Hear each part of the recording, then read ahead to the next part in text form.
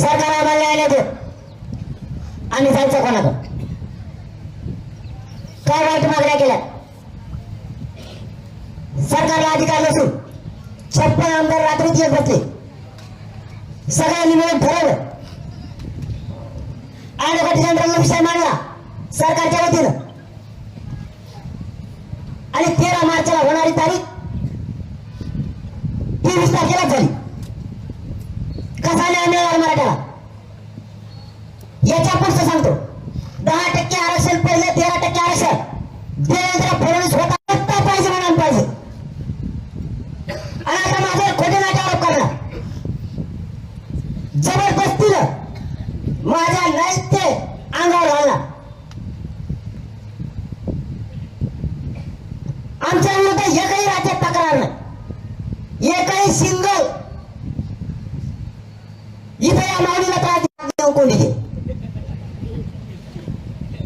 पाला खायचा झाला, निराला बोलायचा झाला की कोणलाच जवळ माझ्या विरुद्ध बोलायचं तर फडणवीस त्याला बोलायला लावणार आहे आणि एक दिवस त्याच्यावर असा येणार त्याला एकट्याला घराकडे काढून देणार.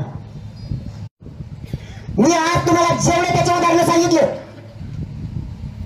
हे मी फक्त माणुसकी म्हणून सांगितले. त्याच्यावर त्या नेत्यांना ते आता स्पष्टीकरण द्यायला लागणार आहे. त्याला दम निघत नाही. त्यांनी स्पष्टीकरण दिलं तरी मला काही हरकत नाही. मी माणूस म्हणून तुमच्यासाठी बोललोय. त्याचं मी किती ऐकायचं करतोय. माझा मायबाप समाजाचे पेरे मोठे झाले पाहिजे म्हणून ओबीसीतून आरक्षण मागतोय. याच्यासाठी त्यांनी माझ्यावर षडयंत्र रचलं. तुम्हाला माझा मराठ्यांना प्रश्न आहे, 20 तारखेच्या अगोदर का रचले नाही? 20च्या अगोदर काय चुका केल्या नाहीत का? आता तुम्हाला चुकायला दिसाल्यात. याला मी समाजाच्या बाजूने नकोय. याला माहिती पूर्ण खरं बोलतोय. हे जर समाजाच्या बाजूने उभं राहिलं तर प्रत्येक वेळेस मराठ्यांपुढे झुकावं लागल आणि देवाच लागल आणि मी मराठ्या पुढे झुकायला लावणार.